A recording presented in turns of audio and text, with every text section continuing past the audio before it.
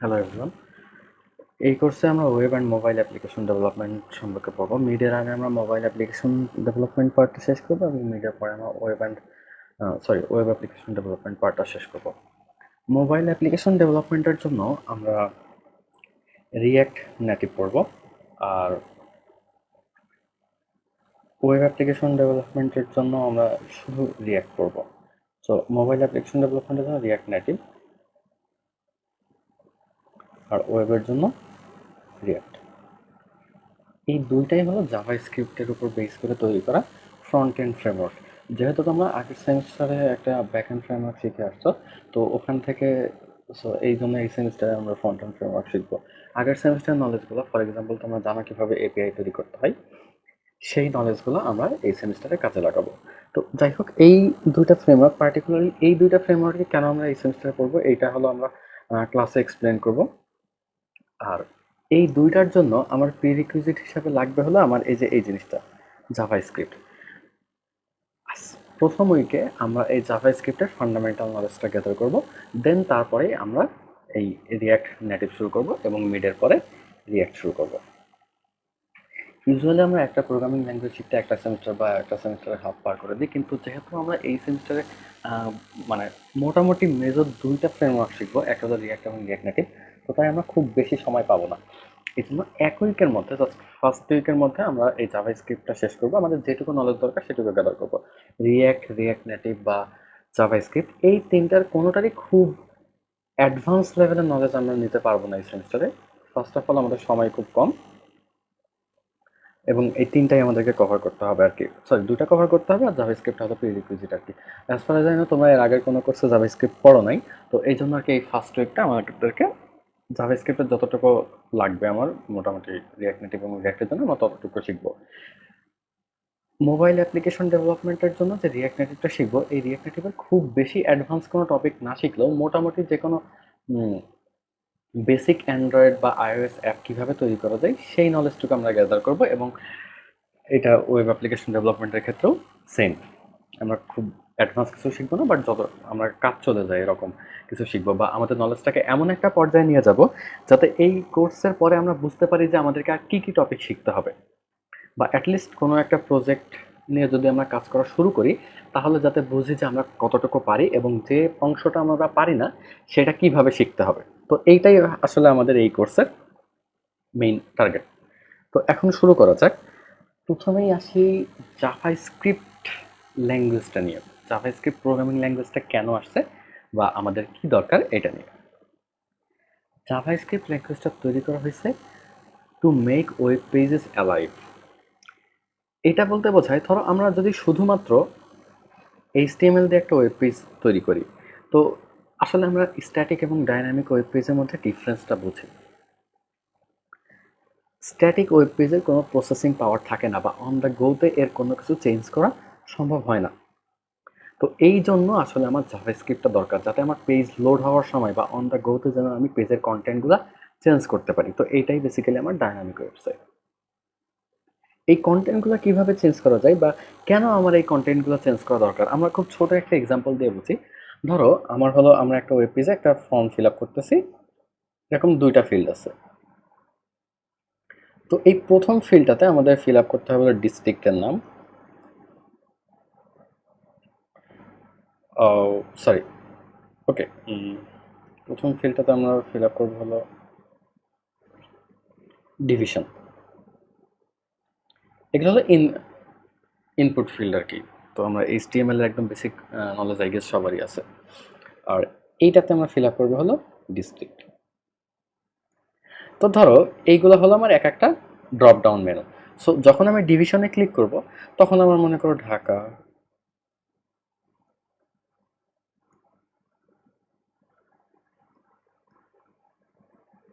তো এরকম মনে করো অনেকগুলা আমার চলে আসলো আর কি, ডিস্ট্রিক্টের নাম, ডিভিশনের নাম চলে আসলো। তো এখান থেকে আমি ডিভিশনটা সিলেক্ট করলাম। তো এর পরের ফিল্ডটা কি আসে? তো এর পরের ফিল্ডটা আসে আমার ডিস্ট্রিক্ট।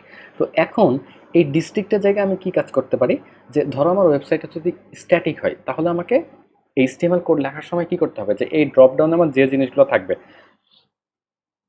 বাংলাদেশে যতগুলো ডিভিশন আছে সবগুলোর নাম এক এক করে আমাকে লিখে দিতে হবে এবং এই সবগুলাই আসবে। তারপরে ডিস্ট্রিক্ট মনে করো 64টা বা 65টা যাই থাকুক না কেন, এই সবগুলা ডিস্ট্রিক্টের নাম এক এক করে আসবে এবং এখান থেকে সিলেক্ট করতে হবে। এখন এই 64টা ডিস্ট্রিক্টের মধ্যে একটা ডিস্ট্রিক্ট খুঁজে পাওয়া একটু কষ্টকর, খুব বেশি কষ্টকর না হলেও একটু কষ্টকর। তো আমাদের এই কষ্টটা কমানোর জন্য আমরা কি কাজ করতে পারি, তুমি ফার্স্টে ধরো এখানে রাজশাহী সিলেক্ট করলা, ডিভিশন রাজশাহী সিলেক্ট করলা। তো তারপরে এই ডিভিশনের উপর বেস করে তোমার ডিস্ট্রিক্টগুলো যদি আসে, যেমন তুমি যদি এখানে রাজশাহী সিলেক্ট করো তাহলে ডিস্ট্রিক্টের ফিল্ডে ডিস্ট্রিক্টের যে ড্রপ ডাউনটা থাকবে এখানে মনে করো শুধুমাত্র রাজশাহী ডিস্ট্রিক্টগুলো আসবে। ফর এক্সাম্পল রাজশাহী, নাটোর, তারপর পাবনা, এই জায়গাগুলো আসবে। তো তাহলে দেখা যাচ্ছে আমার 10-12টা ডিস্ট্রিক্ট আসলো, আমার আগে 64টার মধ্যে থেকে সিলেক্ট করার চাইতে এই 10-12টার মধ্যে থেকে সিলেক্ট করা আর কি অনেক ইজিয়ার হয়ে যায়, তাই না? তো এখন দেখো এই এই এইচটিএমএল মানে এই ওয়েবসাইটের কন্টেন্টটা আমার কিন্তু অন দ্য গোতে চেঞ্জ হলো। কিরকম, তুমি এখানে কি ইনপুট দিলে তার উপর বেস করে আমার এই আরেকটা ফিল্ডের ড্রপ ডাউনটা হলো আমার চেঞ্জ হয়ে গেল। তাহলে দেখো যে এই পাওয়ারটা কিন্তু আমার এইচটিএমএল এর নাই। আমার একটা এইচটিএমএল কোডকে এই পাওয়ারটা কে দিচ্ছে, এইটাই হলো আমার জাভাস্ক্রিপ্ট দিচ্ছে। এখন আমার ওয়েবসাইটটাকে মনে হচ্ছে একটু অ্যালাইভ। বা ফর এক্সাম্পল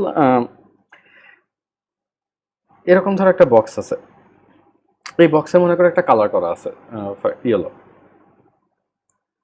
জাভাস্ক্রিপ্ট দিয়ে আমরা এমন একটা কাজ করতে পারি যে যখন আমি এই বক্সটা টাচ করব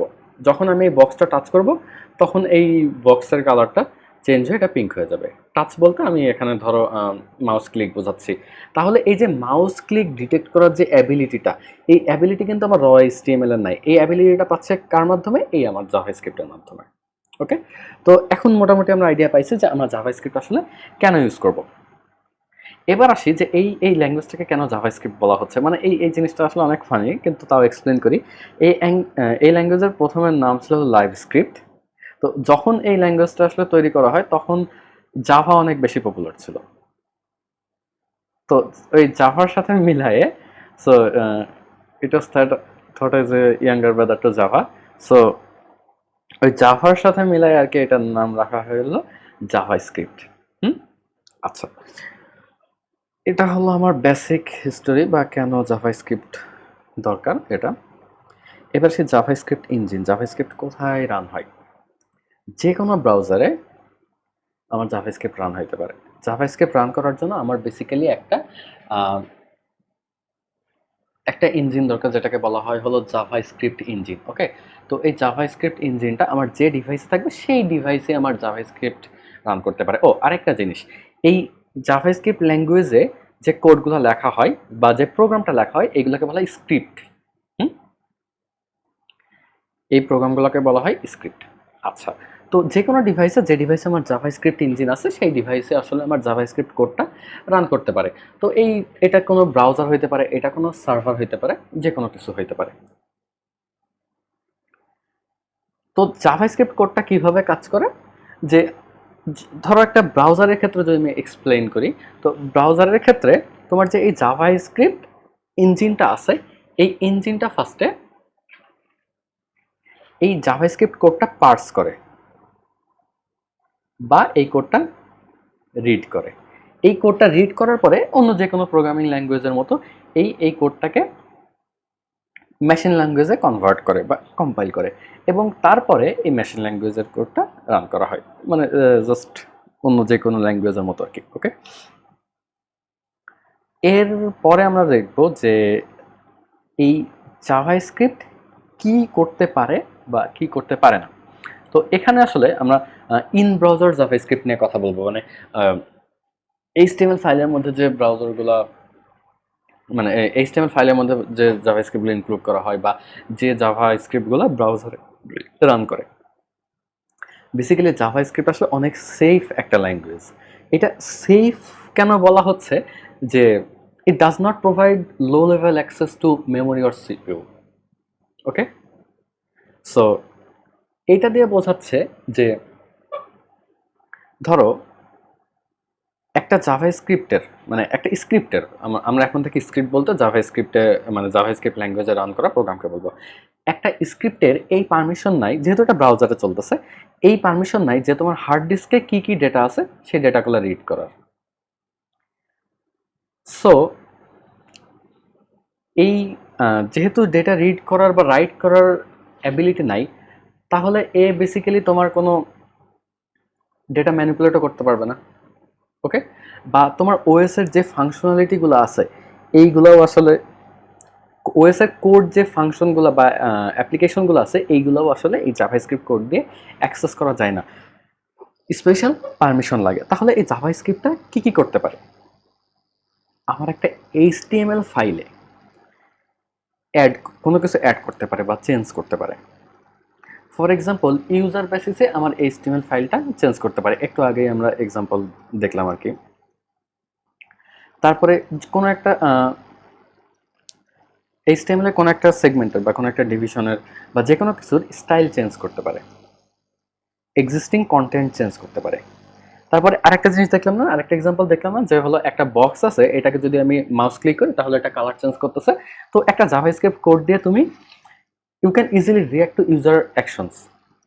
Okay, so how can you react? By using mouse clicks or pointer movements or keyboard key presses. Okay, in this way you can basically react to user actions. Okay, using javascript. আচ্ছা, আরেকটা যে কাজ করতে পারো, তো এই দুটো আমরা বুঝছি যে কিভাবে হলো তোমার HTML ফাইল চেঞ্জ করতে পারবো এবং ইউজার অ্যাকশন রিয়েক্ট করা যাবে। আচ্ছা, তুমি সার্ভারে রিকোয়েস্ট পাঠাইতে পারবা, কোনো এপিআই দিয়ে এপিআই রিকোয়েস্ট পাঠাইতে পারবা, কুকি সেট করতে পারবা। আচ্ছা, এবার মেসেজ বা অ্যালার্ট কিভাবে শো করা যায় এটা আমরা খুব এক্সটেন্সিভলি একটু পরেই দেখব। আমরা যখন কোড রান করব সবগুলোই আসলে মেসেজ বা অ্যালার্টের মাধ্যমে দেখব। তো এটা জাস্ট এখন জানো যে জাভাস্ক্রিপ্ট দিয়ে মেসেজ বা অ্যালার্ট শো করা যায়, কিভাবে শো করা যায় এটা প্রচুর দেখবো আমরা। আচ্ছা, ক্লায়েন্ট সাইডের ডেটা মনে রাখা যায়। ফর এক্সাম্পল, তুমি আগে একটা ইনপুট ফিল আপ করছিলা, তো এটা পরে যখন আবার সেম ফিল আপ করতে যাবে এটা তোমার মনে রাখা লাগতে পারে। তো এই এই কাজগুলো তুমি জাভাস্ক্রিপ্ট দিয়ে করতে পারবা। এবার আসে তুমি জাভাস্ক্রিপ্ট দিয়ে কি করতে পারবা না। তো বেসিক্যালি জাভাস্ক্রিপ্টের অ্যাবিলিটি খুবই limited for the sake of user safety. Okay, একটা ব্রাউজারে বা ওয়েব পেজে যে জাভাস্ক্রিপ্টটা থাকে এইটার কোনো হার্ড ডিস্কের আর্বিট্রারি ফাইল রিড বা রাইট করার অ্যাবিলিটি থাকে না, সেগুলো কপি করার অ্যাবিলিটি থাকে না, বা তোমার হার্ড ডিস্কের কোনো প্রোগ্রামও এক্সিকিউট করতে পারে না। It has no direct access to OS system functions. So this is basically the part, এটা আমরা বুঝছি। আর এটাও বুঝছি, ফর এক্সাম্পল তুমি একটা ব্রাউজারের থেকে তুমি ডিরেক্টলি আরেকটা অ্যাপ ওপেন করতে পারবে না, তোমাকে হলো একটা পারমিশন দিতে হবে। আর এটার হলো এরপরে যে অপশনটা আছে, a very limited capability of working with files.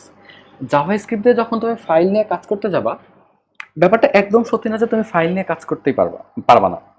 যেমন ধরো, আমরা জাভাস্ক্রিপ্ট দিয়ে তখনই ফাইল নিয়ে কাজ করব যখন আমার ওই ফাইলটাতে আমি অ্যাক্সেস দিব। একটা একটা ওয়েব পেজে আমরা অনেক সময় ড্র্যাগ অ্যান্ড ড্রপের মাধ্যমে অনেক ফাইল আনি না?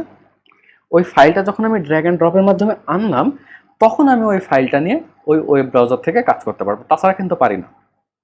সো তুমি পার্টিকুলারলি যে যে ফাইলে অ্যাক্সেস দিবা সেই সেই ফাইলের উপরে এ ম্যানিপুলেট করতে পারবে বা কোনো অ্যাকশন ইউজ করতে পারবে, তাছাড়া তোমার হার্ড ডিস্কে অন্য কোনো ফাইলে অ্যাক্সেস করা যায় না। সো এই জন্য আসলে জাভাস্ক্রিপ্ট অনেক সেফ। আর একটা মনে করো তোমার ব্রাউজারে অনেকগুলো ট্যাব ওপেন করা আছে, প্রতিটা ট্যাবে আলাদা আলাদা ওয়েবসাইট আছে। সো এই প্রতিটা ওয়েব পেজের আলাদা আলাদা কোড আছে।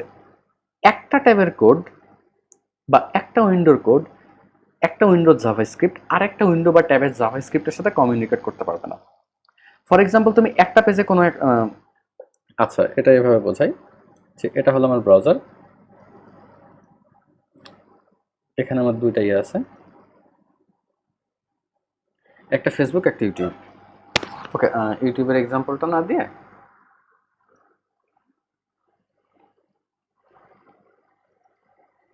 আমরা এখানে জিমেইল দিই। তো জিমেইলে ধরো এই জিমেইল ট্যাবে মনে করো তুমি একটা মেইল কম্পোজ করতেছো। মেইল কম্পোজ করার সময় তুমি এখানে একটা যেহেতু এই জিমেইল ট্যাবে আছি আমরা, এই জিমেইল ট্যাবে মনে করো একটা মেইল কম্পোজ করতেছি। এই মেইল কম্পোজ করার সময় আমি এখানে একটা ইমেজ আনলাম। এই ইমেজটা ড্র্যাগ অ্যান্ড ড্রপের মাধ্যমে আমি এই মেইলে অ্যাড করলাম। আর আমার পাশের ট্যাবে আছে কে?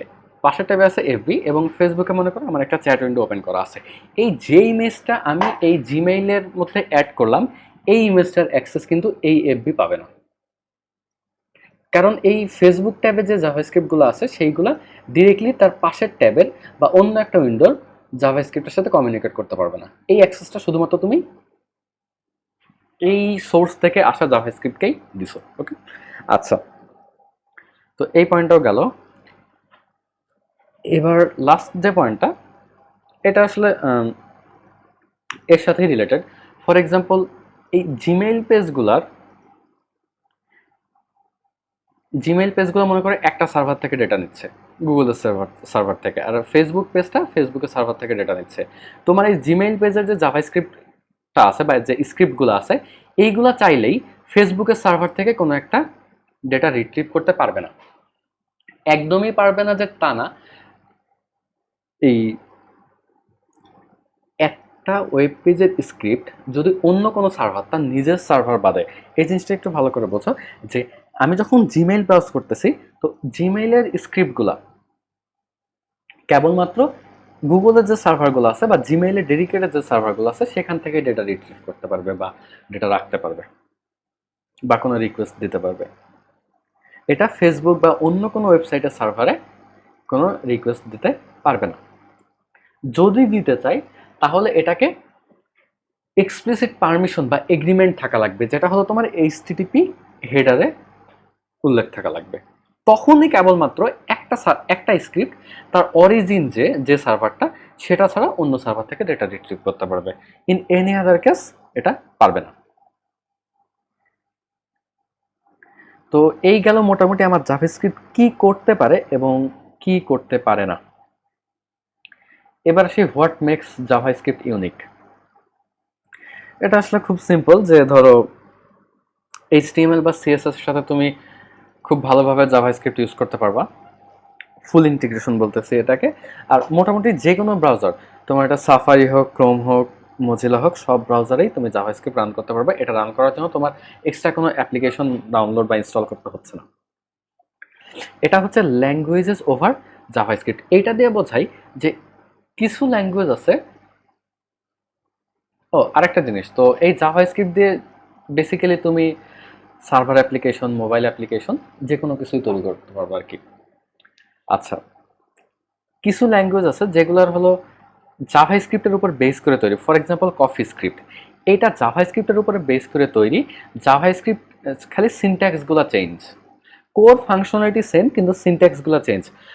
যেমন ধরো জাভাস্ক্রিপ্টে কোনো একটা সিনট্যাক্স একটু বড়, এই কফি স্ক্রিপ্টে সেটাকে আরেকটু ইজি বা ইউজার ফ্রেন্ডলি করে দেওয়া হয়েছে।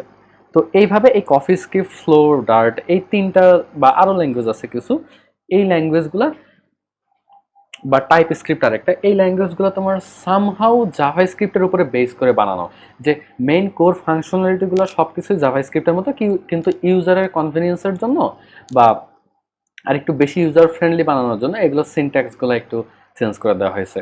ওকে,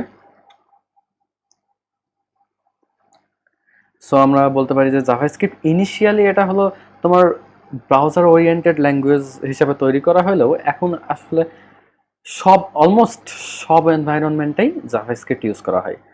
এই পার্ট পর্যন্ত আসলে একটু বোরিং, আমরা আসলে জাভাস্ক্রিপ্টের হিস্টোরি শিখলাম, কিন্তু থিওরি, এইটুকু থিওরি মানে পুরা এই কোর্সটা এমনভাবে সাজানো যে বেশিরভাগই কোড, একটু থিওরি না থাকলে আসলে আমরা এক নম্বর কথা আমরা কোডটা ভালো মতো বুঝবো না, দ্বিতীয় কথা আমি কোশ্চেন করার কিছু পাবো না রিটার্ন টেস্টে।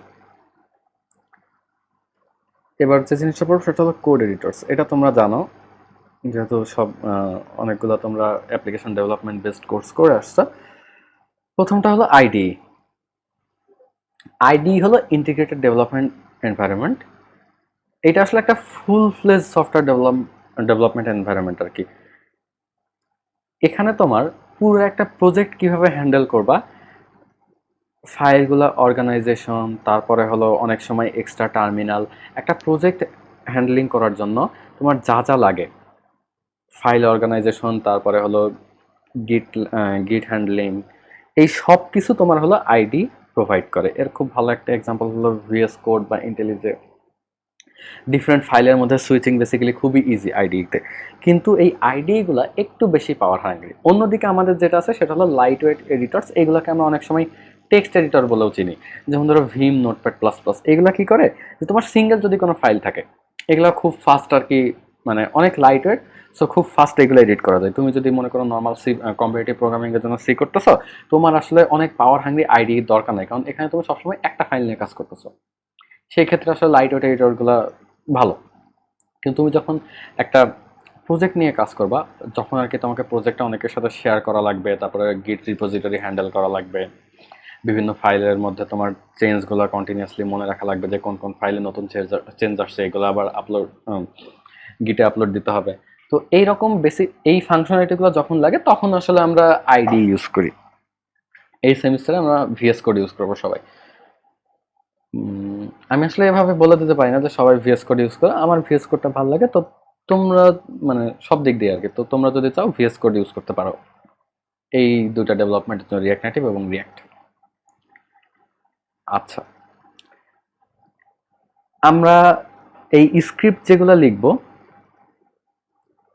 এই স্ক্রিপ্টগুলা কোনো এরর হয়েছে কিনা বা ডিবাগ করার জন্য আমরা ডেভেলপার কনসোল ইউজ করব। তো মোটামুটি সব ব্রাউজারেই আজকাল ডেভেলপার কনসোল আছে, এবং ক্রোম এবং মোজিলার ডেভেলপার কনসোলটা আসলে খুব ভালো কম্পারেটিভ টু অন্য ব্রাউজার, ফর এক্সাম্পল সাফারি বা এগুলা। এই কারণে আসলে ক্রোমের দিকে ডেভেলপাররা এত, ক্রোম বা ফায়ারফক্সের দিকে ডেভেলপাররা এত বেশি ঝোঁকে। একটা জাভা, একটা এইচটিএমএল ফাইলের মধ্যে তুমি হলো লিখলা, কোড লিখলা, জাভা স্ক্রিপ্ট কোড। এইচটিএমএল ফাইলের মধ্যে তুমি জাভা স্ক্রিপ্ট কোড লিখলা। তোমার জাভা স্ক্রিপ্ট কোডে যদি কোনো ভুল থাকে, তখন কিন্তু তোমার পেজটা ক্র্যাশ করবে না। ওকে, তোমার পেজটা লোড হবে ঠিকই, এবং পেজের মধ্যে কোনো এররও দেখাবে না। পেজের কোনো একটা পার্ট হয়তো লোড হবে না, বা কোনো একটা কাজ করার কথা সেটা হয়তো করবে না, কিন্তু মানে নর্মালি পেজটা দেখে যে কেউ বুঝবে না যে এখানে কোনো এরর হয়েছে। তো একটা স্ক্রিপ্টে যদি এরর থাকে, এই এররটা দেখতে আমাদেরকে আসলে ডেভেলপার কনসোলটা লাগবে। আমি এটার একটা এক্সাম্পল দিয়ে দেখাই। এখন কোডগুলো কি লিখতেছি বা কেন লিখতেছি এটা বোঝার দরকার নেই, আমি খালি এটার একটা এক্সাম্পল দেওয়ার জন্য।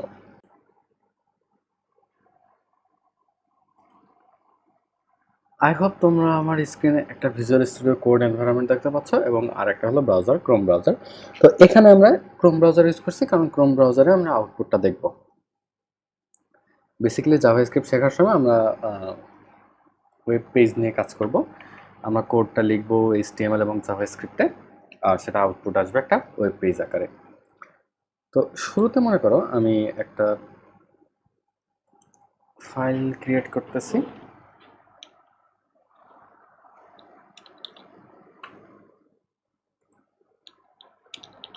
test.html নামে।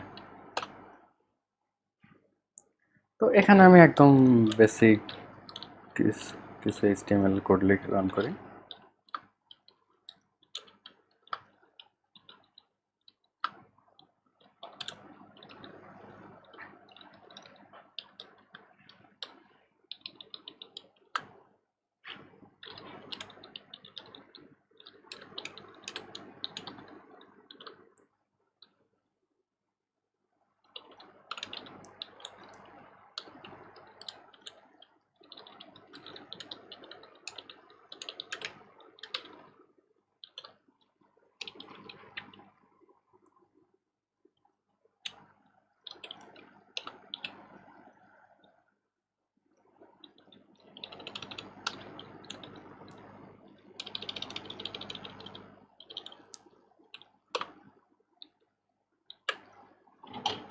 ওকে, সো এটা আমার একটা এইচটিএমএল কোড। এটার আউটপুটটা কেমন হবে আমরা শুরুতে সেটা দেখি। এখানে কোনো জাভাস্ক্রিপ্ট নাই।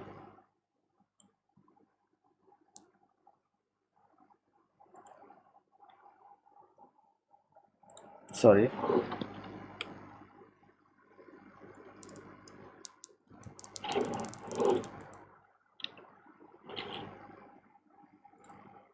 এজ এক্সপেক্টেড আমার এখানে জাস্ট দুইটা প্যারাগ্রাফ শো করছে, একটা হলো বিফোর দ্য স্ক্রিপ্ট আর একটা হলো আফটার দ্য স্ক্রিপ্ট। এখন এই এইচটিএমএল এর সাথে আমি একটা জাভাস্ক্রিপ্ট অ্যাড করব। ফর এক্সাম্পল আমি একটা অ্যালার্ট শো করব, আমার যে ইউজ করবে তাকে একটা অ্যালার্ট শো করব।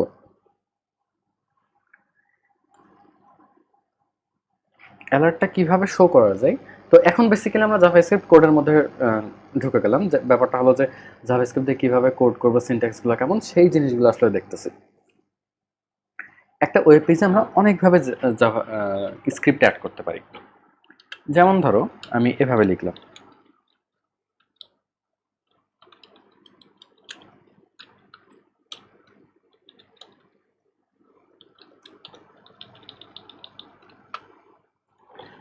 তো এই সেগমেন্টের মধ্যে, এই স্ক্রিপ্ট ট্যাগের মধ্যে, এই বাউন্ডারির মধ্যে আমি হলো আমার জাভাস্ক্রিপ্ট কোডটা লিখবো।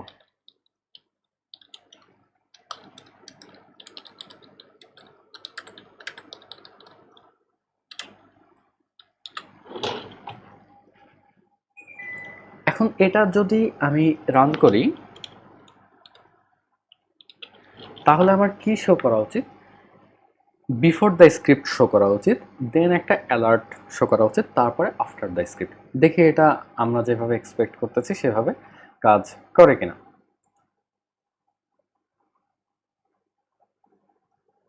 ওকে, so there is no error, তারপরে আমার এটা শো করবো। নাইস। এখন এখানে এই অ্যালার্টের জায়গায় আমি টিটা মিস করে দিলাম। সো এটা তো একটা আমার সিনট্যাকটিক্যাল এরর, তখন আমার এটা আউটপুট আসা উচিত না, বা বলা উচিত যে আমার কোডে কোনো ভুল হয়েছে। না, কিছু বলে নাই, আমার যেভাবে রান করা উচিত সেভাবে রান করছে, কিন্তু জাস্ট আমার অ্যালার্টটা দেখাই নাই। কেন এরকম হলো? বা আমি বুঝবো কিভাবে যে আমি যে পেজটা রান করলাম এখানে একটা এরর হয়েছে? এই জাভাস্ক্রিপ্ট রিলেটেড কোনো এরর যদি হয় তাহলে সেটা আমাদেরকে দেখতে হবে ডেভেলপার কনসোল। আমরা ডেভেলপার কনসোল কেমনে অ্যাড করব বা কেমনে ওপেন করব? ক্রোমের জন্য দেখাচ্ছি more tools and then developer tools. এখানে দেখো এই অ্যালার্ট, এটা কোনো আমার রাইট কোনো সিনট্যাক্স না। So alert is not defined in JavaScript, এই এররটা দেখাইছে। এররটা দেখাইছে কোথায়? আমার জাভাস্ক্রিপ্ট যে test.html আছে সেইটার 6 নাম্বার লাইনে, এক্স্যাক্টলি 6 নাম্বার লাইনে আমার অ্যালার্টটা আছে, এখানে ভুল দেখাচ্ছে। তাহলে এই জাভাস্ক্রিপ্ট কোডে এররগুলো দেখার জন্য আমাকে ডেভেলপার টুলস কিভাবে ইউজ করা হয় সেটা শিখতে হবে, বা আমরা বুঝলাম যে কিভাবে ডেভেলপার টুলস অন করা যাবে। আচ্ছা, ঠিক আছে। তো এই গেল আমার বেসিক্যালি ডেভেলপার কনসোলের কাজ। সরি,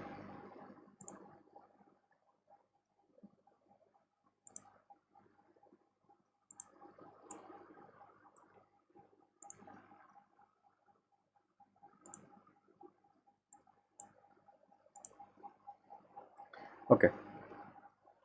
তার মানে আমরা বাই ডিফল্ট ব্রাউজারে কোনো এরর দেখবো না, এই জাভাস্ক্রিপ্ট রিলেটেড কোনো এরর দেখার জন্য আমাদেরকে ডেভেলপার টুলস অন করতে হবে।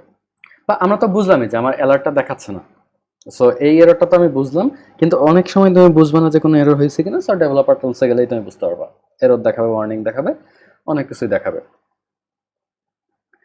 আচ্ছা, এবার আমরা তোমার ডিরেক্টলি হলো জাভাস্ক্রিপ্ট কোডিংয়ে চলে আসি। আমরা শুরুতে একটা ওয়ে দেখছি যে কিভাবে আমরা হলো আমার জাভাস্ক্রিপ্টে একটা এইচটিএমএল স্ক্রিপ্ট অ্যাড করা যায়। এইচটিএমএল স্ক্রিপ্ট অ্যাড করার আমরা একটা ওয়ে দেখছি, ডিরেক্টলি তোমার এইচটিএমএল এর মধ্যে এমবেড করে দেওয়া। কিন্তু এটা আসলে খুবই গুড প্র্যাকটিস না, ডিরেক্টলি তোমার একটা এইচটিএমএল ফাইলের মধ্যে জাভাস্ক্রিপ্ট ইনসার্ট করা গুড প্র্যাকটিস না। আমরা যেটা করতে পারি বা আমাদের যেটা করা উচিত সেটা হচ্ছে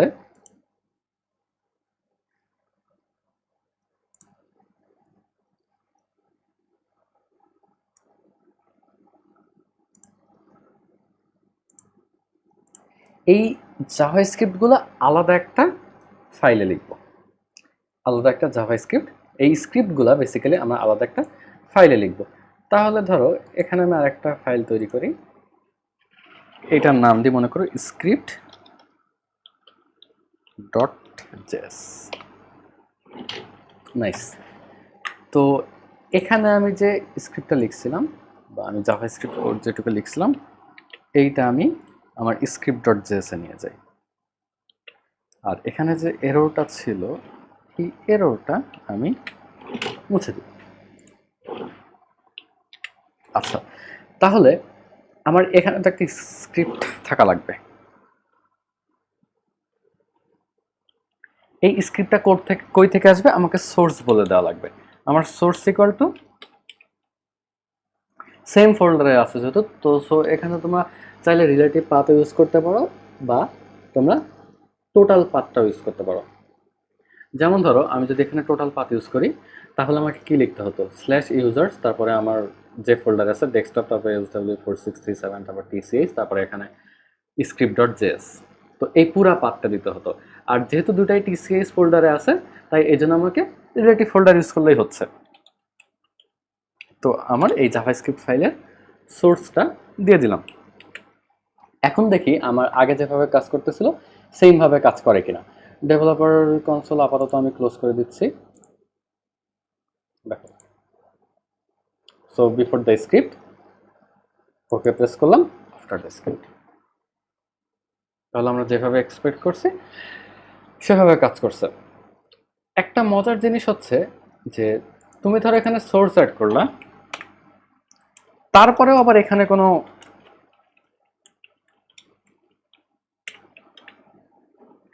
সোর্স অ্যাড করার পরেও এখানে তুমি কোনো ইয়া দিলা আর কি,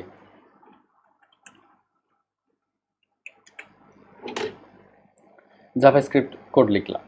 এখন তাহলে কোনটা কাজ করা উচিত, আমার কি দুইটাই শো করবে? মানে এই সোর্সের মধ্যে কি আছে, আমার একটা অ্যালার্ট দেখাবে যেখানে there is no error show করবে, আর এখানে আমি আরেক লাইন জাভাস্ক্রিপ্ট লিখছি এখানে একটা অ্যালার্ট দেখাবে, ওয়ান শো করবে।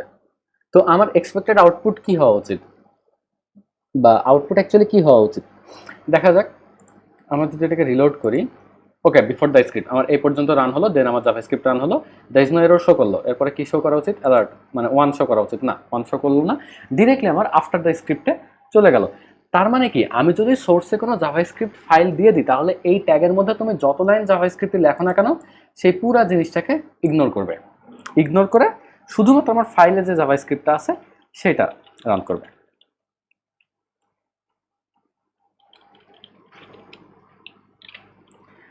এবার আসি আর একটা জিনিস, সেটা হচ্ছে মাল্টিপল জাভাস্ক্রিপ্ট। আমি একটা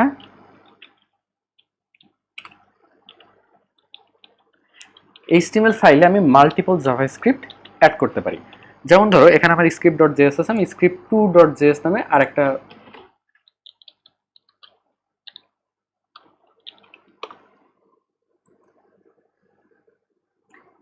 স্ক্রিপ্ট খুলে নিলাম। তো এখন এখানে এটা দিস ইজ দি ফার্স্ট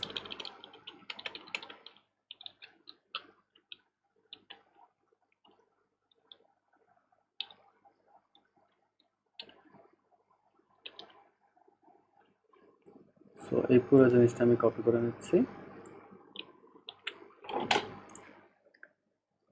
এটা আমি এখানে পেস্ট করে দিই, this is the second script.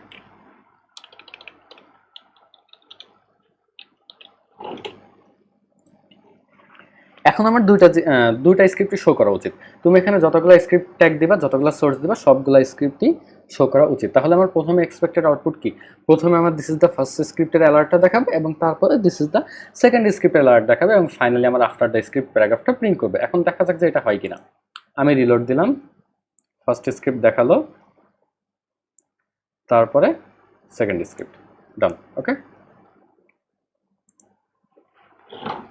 so this is basically how we include script in our HTML files. এবার এরপরে আমরা যে টপিকটা পড়ব, স্ক্রিপ্ট কিভাবে ইনক্লুড করতে হয় HTML এর মধ্যে, এটা মোটামুটি আমাদের আর কোনো সমস্যা হওয়ার কথা না। ও আরেকটা জিনিস, এই যে এখানে এই যে স্ক্রিপ্টের যে সোর্সটা দিলা, এটা আমরা কয়টা ওয়ে শিখলাম।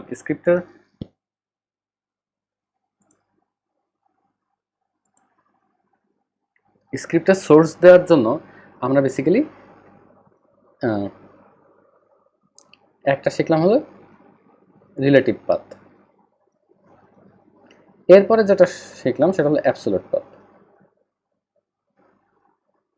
মানে তোমার হার্ড ডিস্কে পুরো ডিরেক্টরিটা তুমি দিয়ে দিলাম। আরেকটা যে জিনিস আছে সেটা হলো তুমি ডিরেক্টলি কোনো ওয়েব সার্ভার থেকেও স্ক্রিপ্ট অ্যাড করতে পারো।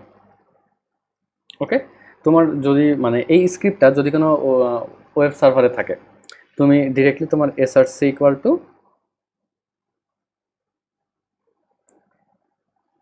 অ্যাড্রেস, তারপরে মনে করো স্ল্যাশ স্ক্রিপ্ট ডট জেস, তোমার এই সোর্সটা দেখতে এরকমও হইতে পারে আর কি। তো এই গেল স্ক্রিপ্টের ব্যাপার। আমি আসলে সব কিছু তোমাকে কোড করে করে দেখাবো না, বা সব কিছু কোডের ভিএস কোডেও আর কি টাইপ করে করে দেখাবো না। যেহেতু তোমরা থার্ড ইয়ারে পড়ো, সো অ্যাটলিস্ট সবারই কোনো না কোনো প্রোগ্রামিং ল্যাঙ্গুয়েজ নিয়ে খুব ভালো ধারণা আছে। আর জিনিসটা কি, তুমি যদি একটা প্রোগ্রামিং ল্যাঙ্গুয়েজ পারো, তাহলে বাকি প্রোগ্রামিং ল্যাঙ্গুয়েজগুলো শিখতে আসলে তেমন একটা সময় লাগার কথা না। সো এই জন্য অনেক জিনিস আমি মুখে বলে যাব, আউটপুটে দেখাবো না, কারণ এটা অনেক বেশি সময় লাগে আর কি। ওকে, সো এবার আসি কমেন্টস। জাভাস্ক্রিপ্ট ল্যাঙ্গুয়েজটা সি প্লাস প্লাসের সাথে মানে খুবই একরকম আর কি। এখানেও তোমার কমেন্ট হলো জাস্ট এরকম দিলে তোমার সিঙ্গেল লাইন কমেন্ট, এবং এটার মধ্যে তুমি মাল্টি লাইন কমেন্ট অ্যাড করতে পারবা, কিন্তু নেস্টেড কমেন্ট অ্যাড করতে পারবা না।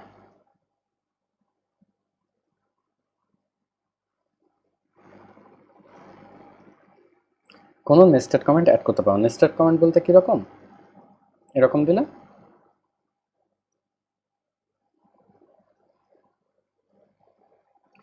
এই জিনিসটা আসলে করা যাবে না। সো জাভাস্ক্রিপ্ট আমার নেস্টেড কমেন্ট সাপোর্ট করে না।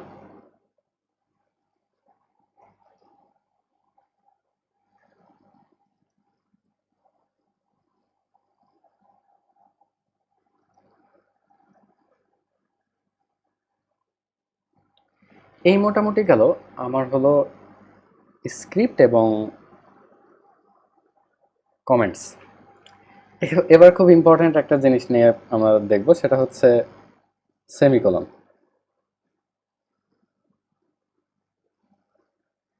সেমিকোলন জিনিসটা জাভাস্ক্রিপ্টে তুমি চাইলে সেমিকোলন দিতেও পারো বা নাও পারো, এটা পুরোপুরি তোমার ইচ্ছা। আমার সেমিকোলন দেয়া কোড দেখতে ভালো লাগে, সো এই জন্য আমি সাজেস্ট করবো যদি সম্ভব হয় তাহলে আর কি সেমিকোলনটা ইউজ করো। আসলে তোমার হলো একটা লাইন ব্রেককেই জাভাস্ক্রিপ্টে সেমিকোলন হিসাবে ধরা হয়। যেমন ধরো আমি এটা লিখতে পারি অ্যালার্ট,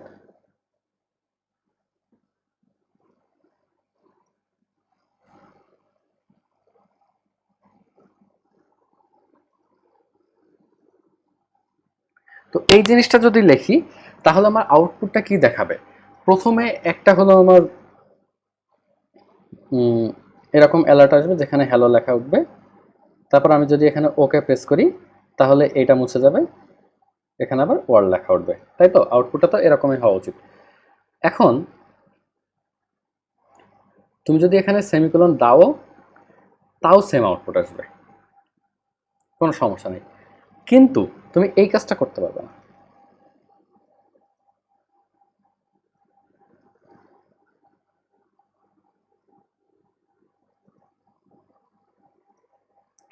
এই কাজটা তুমি করতে পারবে না। এটা যদি করো তাহলে তোমার এরর দেখাবে।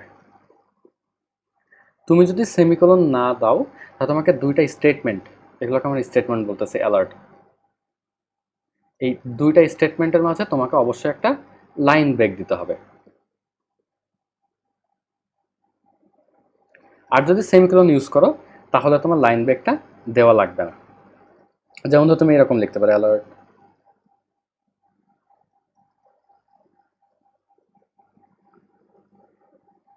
এরকম লিখতে পারো, এটাই কোনো সমস্যা নেই। ওকে, তো এই গেল হলো সেমিকোলন। আবার জিনিসটা এমন না যে তুমি যদি কোডে একবার সেমিকোলন ইউজ করো সব জায়গাতে সেমিকোলন ইউজ করাই লাগবে। তুমি এক লাইনে সেমিকোলন ইউজ করলে আর এক লাইনে সেমিকোলন ইউজ করলে না, এটা পুরোপুরি তোমার ইচ্ছা। কিন্তু আমি সাজেস্ট করবো যে কোনো একটা হ্যাবিট আর কি অ্যাকসেপ্ট করো। ইদার তুমি সেমিকোলন ইউজ করবা বা সেমিকোলন ইউজ করবা না। কিন্তু এই জিনিসটা ভালো যে অনেক সময় মানে সিতে বা সি প্লাস প্লাসে কোড করার সময় এই সেমিকোলনের জন্য যে কতবার ঝামেলা পোহাইতে হয়েছে, এই ভুলটা হয়তো হবে না। তুমি হ্যাবিট করতে পারো যে তুমি সেমিকোলন ইউজ করবা, তারপরে যদি কখনো ভুলে যাও তাহলে তো কোনো সমস্যা নেই আর কি, তাই না? আচ্ছা, ওকে। আর এখানেও আরেকটা ব্যাপার আছে যে সেটা হলো, আরেকটা জিনিস বলে দিই যে সবসময় যে লাইন ব্রেক হইলেই যে তোমার এটা সেমিকোলন হিসাবে ধরে নিবে এমনটা কোনো কথা নাই। ধরো এটা হলো আমার কনসোল, কোডিং এনভায়রনমেন্ট, আমি আসলে কনসোল না। তো এখানে আমি কোড লিখতেছি, অ্যালার্ট, এখানে মনে করো 1, alert is basically like printf, okay. তারপরে প্লাস 2 প্লাস, তো এইটার যে আউটপুটটা দিবে, এটার আউটপুটটা দিবে হলো 6, আর এখানে ওকে, এটার আউটপুট এটা দিবে। এখানেও কিন্তু আমি লাইন ব্রেক দিছি, কিন্তু এই লাইন ব্রেক মানে তোমার হলো সেমিকোলন না। একটা স্টেটমেন্ট শেষ হওয়ার আগে যদি তুমি লাইন ব্রেক দাও তাহলে সেটাকে আসলে সেমিকোলন হিসাবে ধরে না।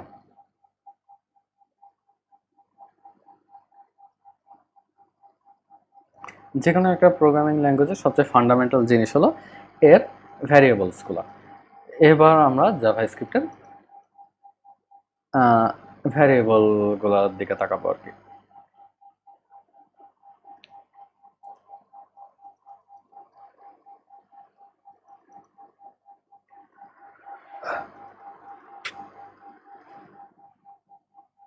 ভ্যারিয়েবল আর এই কনস্ট্যান্ট, এই দুইটা জিনিস আমরা একসাথে পড়ার চেষ্টা করি, ভ্যারিয়েবল এবং কনস্ট্যান্ট। জাভাস্ক্রিপ্টে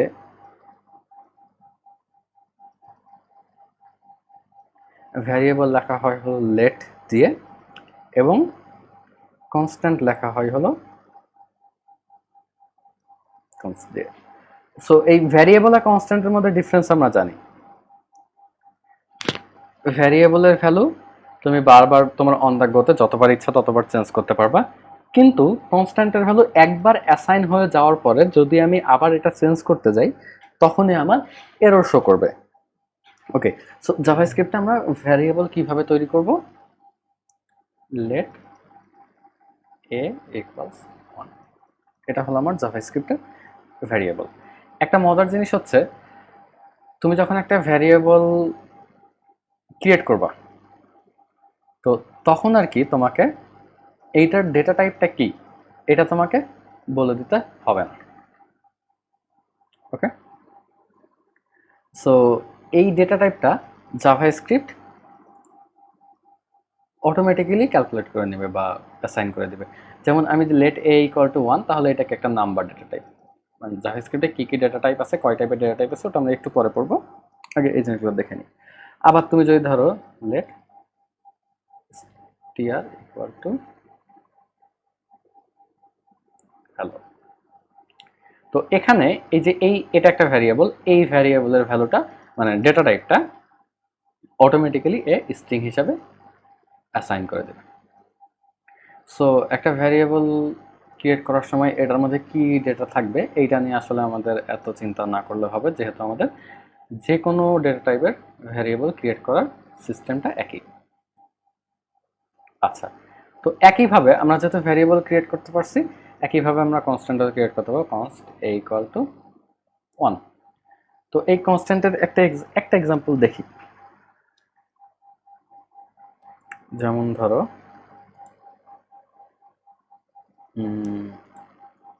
আমাদের এখন আসলে দুটা স্ক্রিপ্ট নেওয়ার কাজ নাই, আমি একটা স্ক্রিপ্ট মুছে দিই, ওকে।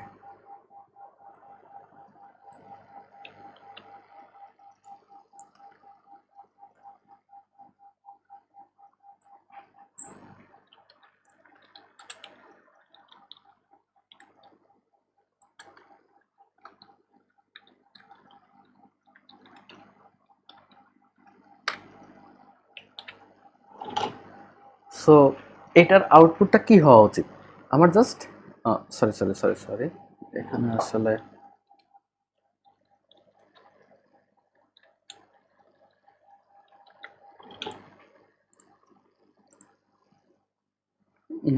তাহলে আমি একটা ভ্যারিয়েবল ক্রিয়েট করলাম এবং সেটা ভ্যালুটা প্রিন্ট করলাম, এটা খুব সুন্দরভাবে ভ্যালুটা প্রিন্ট করে দিল।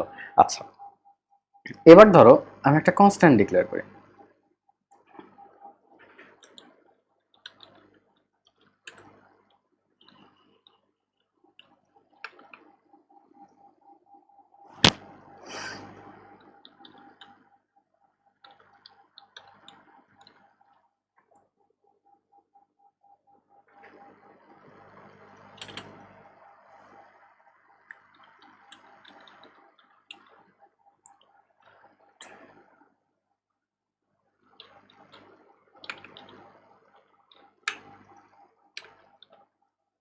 ওকে, সো আমি একটা কনস্ট্যান্ট ক্রিয়েট করলাম, এটা হলো ইউনি ইকুয়াল টু আইইউটি। তো এটা এখন আমি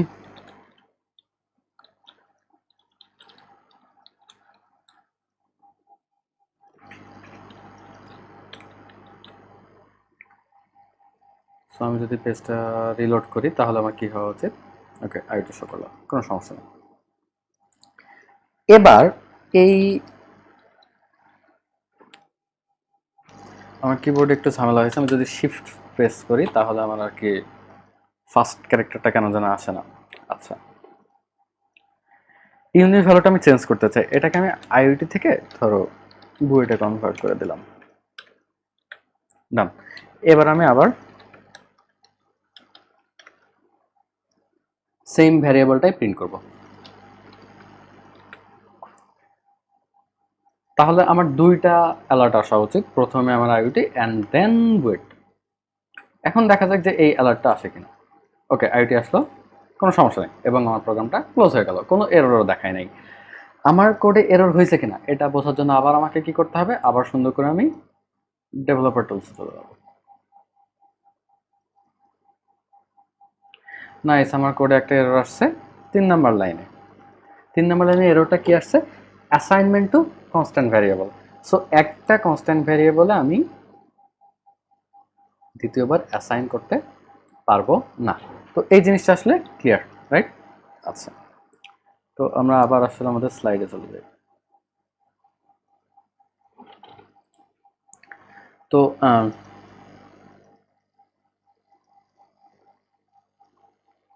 ভ্যারিয়েবল, ওকে, ভ্যারিয়েবল নিয়ে আরেকটা জিনিস দেখানো যায়, যে সেটা হলো এটা বাদ দিই, আমি একটা ভ্যারিয়েবল ক্রিয়েট করি, let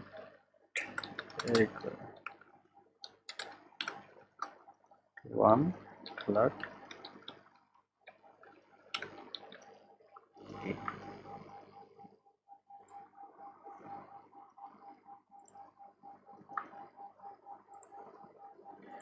আমার আউটপুট ঠিক আছে।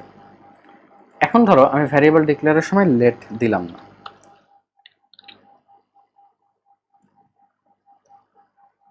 তাও আমার কোডে কোনো এরর দিছে কি?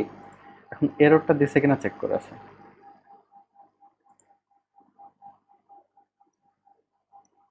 না, কোনো এরর নাই। মজার ব্যাপার হচ্ছে জাভাস্ক্রিপ্ট ল্যাঙ্গুয়েজটা আসলে খুবই স্মার্ট।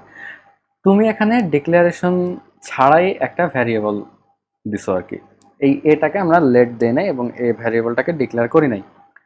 যখন জাভাস্ক্রিপ্ট প্রথম এরকম কোনো ভ্যারিয়েবল দেখবে যে যেটা ডিক্লেয়ার করা হয় নাই, সে অটোমেটিক্যালি এটার জন্য স্পেস অ্যাসাইন করে দিবে এবং ডিক্লেয়ার করে নেবে। হুম, আচ্ছা। তো এরপরে যখন তুমি এরপরের লাইনে আবার এ ইকুয়াল টু 5 লিখবে, এ তখন নতুন করে আরেকটা এ ক্রিয়েট করবে না। শুরুতে লেট দাও বা না দাও, যেহেতু দেখছে যে এই ভ্যারিয়েবলটা আমার স্টোরেজে নাই, সো এ অটোমেটিক্যালি এই ভ্যারিয়েবলটা ডিক্লেয়ার করে নিবে। কিন্তু ব্যাপার হচ্ছে যে তুমি একবার এ ইকুয়াল টু 1 ডিক্লেয়ার করলা, এরপরে আবার কি এ ভ্যারিয়েবলটা ডিক্লেয়ার করা যায়? দেখা যাক।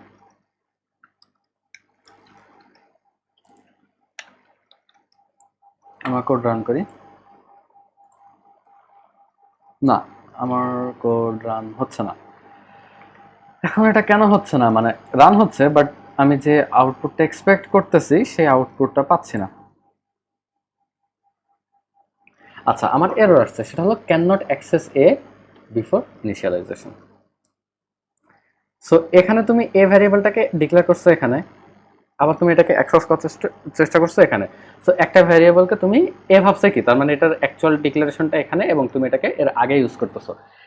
তার মানে ডিক্লারেশনের আগে আমি কোনো ভ্যারিয়েবল ইউজ করতে পারবো না। কিন্তু যখন তুমি এই লাইনটার লেটটা কেটে দিচ্ছ, তখন এ কি ভাবতেছে, এই ফার্স্ট টাইম এখানে ডিক্লেয়ার হয়ে গেছে। তো এই জিনিসটা আশা করি ক্লিয়ার ভ্যারিয়েবল এবং কনস্ট্যান্টের ব্যাপারে। আচ্ছা, আমরা স্লাইডসে চলে যাই। ওকে,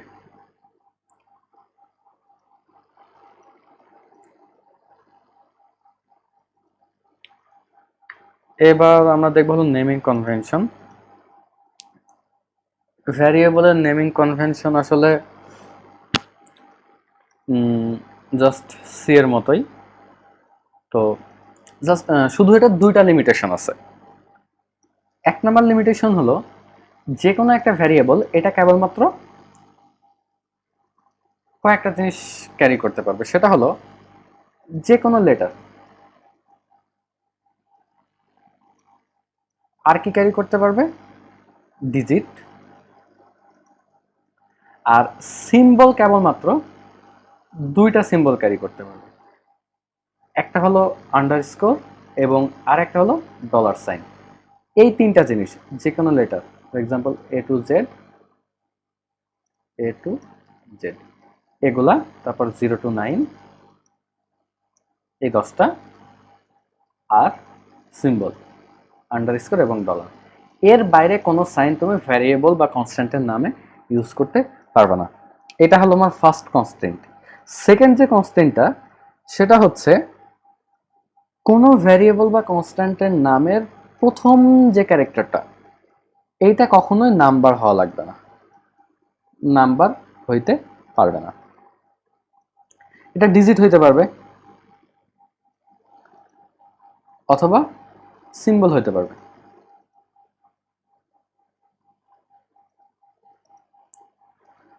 আচ্ছা, এখন দেখো, লেট $=1, এইটা একটা ভ্যালিড ভ্যারিয়েবলের নাম। কিন্তু লেট $1=5, এইটা ভ্যালিড না জাভাস্ক্রিপ্টে। এটা হলো ভ্যারিয়েবলের নেমিং কনভেনশন।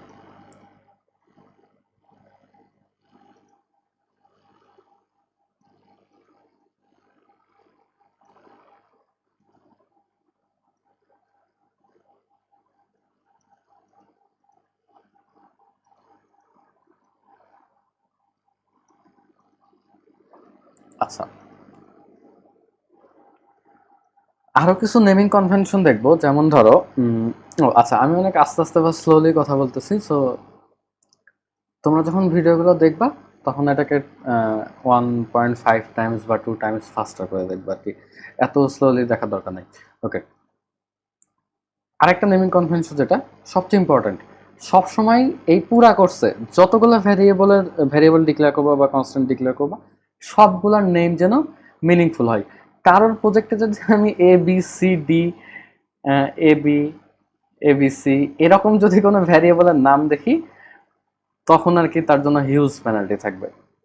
আর সবসময় মিনিংফুল নাম ইউজ করো, ফর এক্সাম্পল birth_date, এরকম মিনিংফুল নাম ইউজ করবা। কনস্ট্যান্টের নেমিং নিয়ে একটা জিনিস আমরা মাথায় রাখবো, যে কনস্ট্যান্ট তোমার দুই টাইপের হইতে পারে। এই কনস্ট্যান্টটা তোমার দুই টাইপের হইতে পারে। যেমন ধরো, একটা টাইপ কি, একটা টাইপ হলো যেগুলো তোমার অন দ্য গোতে অ্যাসাইন হয়, আর এইটা হলো তোমার ইনিশিয়ালি অ্যাসাইন হয়। ধরো আমি একটা স্ক্রিপ্ট লিখলাম এরকম, এখানে একটা কনস্ট্যান্ট আছে স্ক্রিপ্টে, এটা কালার রিলেটেড।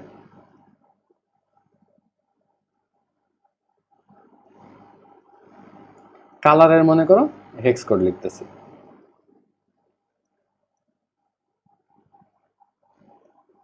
এটা হলো ধরো ব্ল্যাকের হেক্স কোড, সরি এটা প্রবাবলি এটা ব্ল্যাকের না, এটা হোয়াইটের,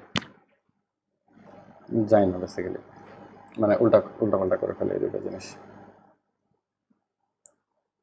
তাহলে আমি একটা কনস্ট্যান্ট ক্রিয়েট করলাম স্ট্রিং টাইপের, তো এটা হলো তোমার F F F F F.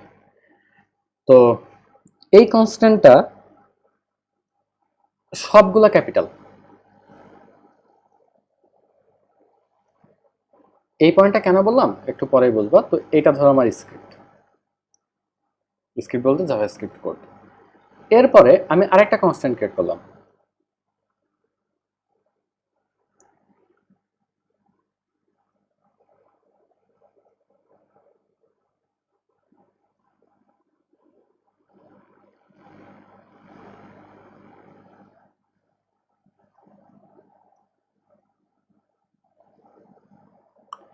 এইটাও কনস্ট্যান্ট।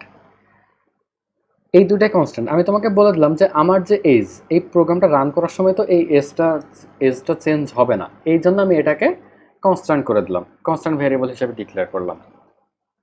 কিন্তু এই দুটার মধ্যে একটা বেসিক ডিফারেন্স হলো, এখানে আমি এই কনস্ট্যান্টটার সবগুলো ক্যাপিটালাইজ করে দিছি, আর এই কনস্ট্যান্টটার সবগুলো স্মল লেটার করে দিছি। কারণ হলো এই এজের ভ্যালুটা যখন আমার এই স্ক্রিপ্টটা রান করা শুরু হয়েছে, তখন কিন্তু আমার এজটা আনঅ্যাসাইন্ড ছিল, এজে কোনো ভ্যালু ছিল না।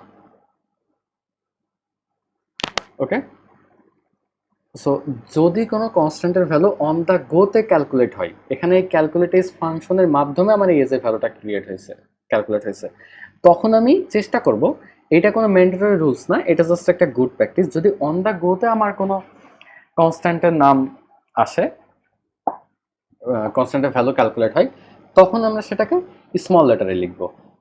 আর যদি এটা প্রোগ্রাম রান হওয়ার আগেই ইনিশিয়ালি যদি এটা হার্ড কোড করে অ্যাসাইন করা থাকে, তখন সেই কনস্ট্যান্ট ভ্যারিয়েবলটা আমরা ক্যাপিটাল লেটার বা আপার কেসে লিখব। এটা জাস্ট একটা নেমিং কনভেনশন, যদি তোমরা ফলো করো তাহলে ভালো, না ফলো করলেও তোমার কোডে কোনো এরর দেখাবে না। তো এই মোটামুটি আমরা শেষ করলাম ভ্যারিয়েবল, কনস্ট্যান্ট, নেমিং কনভেনশন।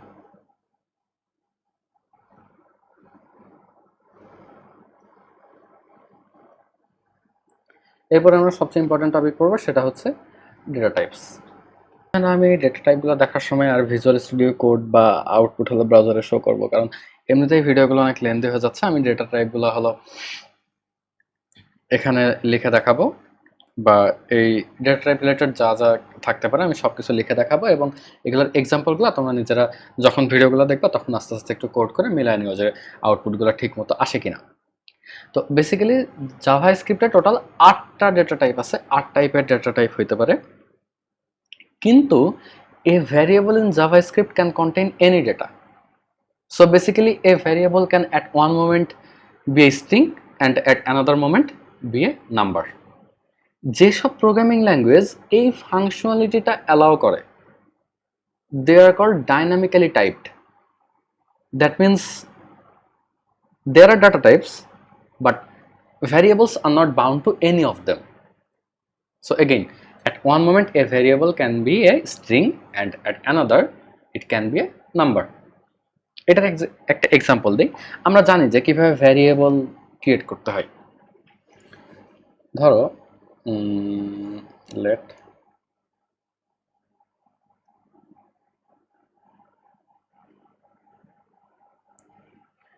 আমি নাম্বার ভ্যারিয়েবলটা ক্রিয়েট করলাম, এর পরের লাইনে আমি এটাকে আবার অ্যাসাইন করলাম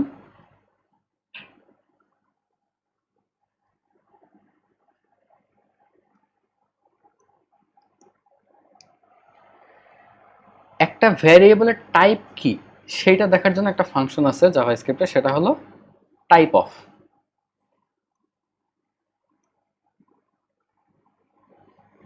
টাইপ অফ, এই টাইপ অফ জিনিসটা দিয়ে তুমি যদি টাইপ অফ একটা ফাংশন, এর মধ্যে যদি তুমি কোনো ভ্যারিয়েবলের নাম দাও, তাহলে তোমার আউটপুটটা কি দিবে? আউটপুটটা দিবে হচ্ছে সেই ভ্যারিয়েবলের টাইপ। ধরো এইটা ডিক্লেয়ার করার পরে আমি একটা অ্যালার্ট দিলাম,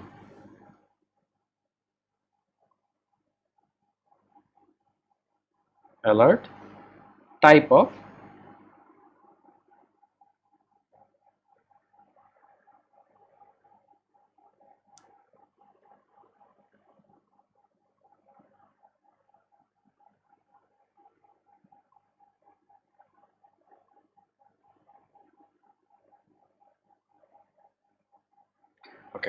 তো এই কোডটা যদি আমি রান করি, তাহলে আমার যে আউটপুটটা দেখাবে সেটা হচ্ছে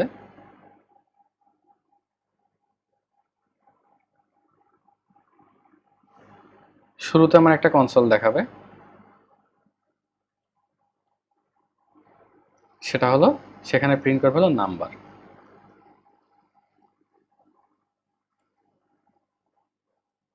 ওকে, সো বেসিক্যালি আর এখানে একটা ওকে উঠবে, এই এই অ্যালার্টটা আমার শো করবে। আমি যখন ওকে প্রেস করব তখন আমার এই অ্যালার্টটা চলে যাবে। এরপরে আমি আরেক লাইন কোড অ্যাড করলাম, ধরো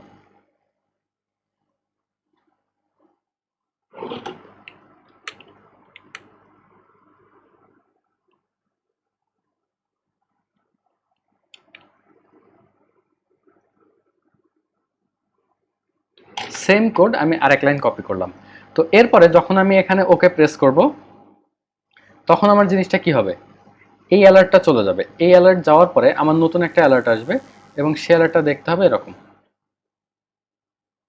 জাস্ট এই ভ্যালুটা চেঞ্জ হবে, কারণ আমি এখানে টাইপ অফ দিলে কি আমার এই নাম্বার ভ্যারিয়েবলের টাইপটা দেখাবে।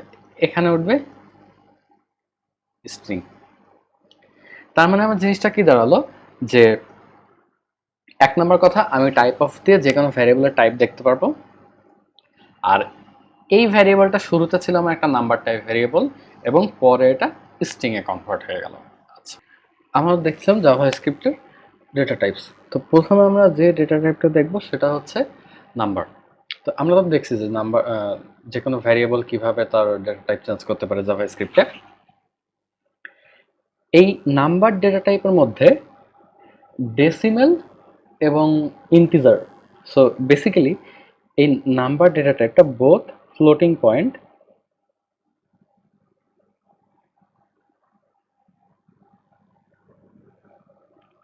অ্যান্ড ইন্টিজার, এই দুই টাইপের নাম্বার দিয়েই তৈরি হইতে পারে। যেমন ধরো লেট n ইকুয়াল টু 1 2 3, আর ধরো let n equal to 4 5 6 dot 1 2 3, এটা m। সো এই দুইটাই হলো আমার নাম্বার ডেটা টাইপ। নাম্বার নিয়ে আসলে খুব বেশি কিছু, ও আচ্ছা, নাম্বার একটা স্পেশাল ডেটা টাইপ আছে। এই নাম্বারের মধ্যে যে শুধুমাত্র ফ্লোটিং পয়েন্ট এবং ইন্টিজার তা না, এর সাথে আরো তিনটা স্পেশাল টাইপের জিনিস থাকতে পারে। এবং এই তিনটা জিনিস কি কি?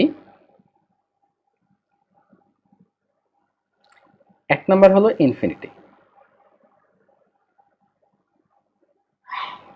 এবং তারপরে হচ্ছে নেগেটিভ ইনফিনিটি, এবং ফাইনালি যে জিনিসটা সেটাকে বলা হচ্ছে ন্যান। এই তিনটা হলো ফার্স্ট অফ অল যে কোনো ম্যাথ অপারেশন, জাভাস্ক্রিপ্টের যে কোনো ম্যাথ অপারেশন খুবই safe.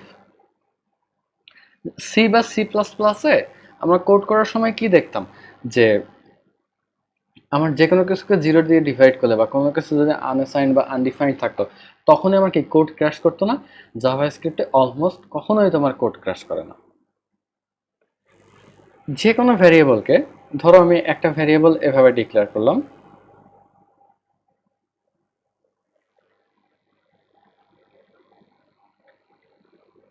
Late n equals to 1 divide by 0। এরপরে যদি তুমি n এর ভ্যালু প্রিন্ট করো, লাইক অ্যালার্ট n, তাহলে আমার ডিসপ্লেতে যে জিনিসটা দেখাবে সেটা হচ্ছে ইনফিনিটি, কারণ আমার n এর ভ্যালু হচ্ছে ইনফিনিটি। এবং এই লেজিট ইনফিনিটি নামে একটা ভ্যালু আছে আমার এই নাম্বার ডেটা টাইপের মধ্যে। তো নাম্বারের মধ্যে আমার বোথ ইনফিনিটি আছে এবং নেগেটিভ ইনফিনিটি আছে। সো এটা -1/0 যদি হয় তাহলে এটা হলো তোমার নেগেটিভ ইনফিনিটি। সো এবং যে কোনো কিছুকে 0 দিয়ে ডিভাইড করলেই তুমি সেটার একটা ভ্যালু পাবা, সেটা হচ্ছে ইনফিনিটি বা নেগেটিভ ইনফিনিটি। তোমার প্রোগ্রামটা ক্র্যাশ করবে না। আচ্ছা, এবারে শুনে নেন। এখন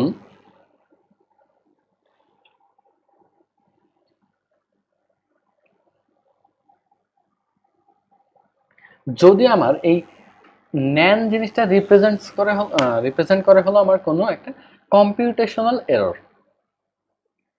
so basically it is the result of an incorrect or an undefined mathematical operation. যেমন ধরো আমরা এটাকে এভাবে বলতে পারি যে let n equals to hello divided by 2. So আমি একটা ইন্টিজারকে একটা নাম্বার দিয়ে ডিভাইড করতেছি, তো তখন আমার এই n এর ভ্যালুটা হবে হচ্ছে নেন। সো এই ইনফিনিটি, নেগেটিভ ইনফিনিটি এবং নেন সম্বন্ধে আমার একটা আইডিয়া হয়েছে, আমাদের মোটামুটি একটা আইডিয়া হয়েছে। এবার একটা মজার জিনিস দেখবো যে ধরো যদি এই কাজটা করি, string two divide by two. আগেই বলছিলাম যে জাভাস্ক্রিপ্ট খুবই স্মার্ট একটা ল্যাঙ্গুয়েজ, এবং যখনই এ দেখবে যে আমার এই স্ট্রিংটাকে নাম্বারে কনভার্ট করা যায়, তখনই আমার ওইটাকে নাম্বারে কনভার্ট করে ফেলবে, আমার এটার রেজাল্ট হবে হলো 1। So string two divide by two, এইটার রেজাল্ট হলো 1। কিন্তু এখানে যদি এমন কোনো স্ট্রিং থাকে যেটাকে তুমি বেসিক্যালি নাম্বারে কনভার্ট করতে পারো না, তখন সেটা, তার সাথে যদি তোমার কোনো ম্যাথমেটিক্যাল অপারেশন থাকে, ডিভাইড বা এডিশন যাই থাকুক না কেন, তখন এই এন এর ভ্যালু হয়ে যাবে নেন। আর এই নাম্বার ডেটা টাইপের উপর তুমি বেসিক্যালি যে অপারেশনগুলো করতে পারবো সেটা হলো ডিভিশন, মাল্টিপ্লিকেশন, এডিশন, সাবট্রাকশন, তারপর রিমাইন্ডার, এই অপারেশনগুলো আমরা করতে পারবো। তো মোটামুটি আমরা এক্সপেক্ট করতেছি নাম্বার ডেটা টাইপটা নিয়ে তোমাদের আর কোনো সমস্যা নাই। তাহলে আমরা একটা ডেটা টাইপ করলাম, সেটা হলো নাম্বার। এরপরে আমরা যে ডেটা টাইপটা পাবো সেটা হলো স্ট্রিং।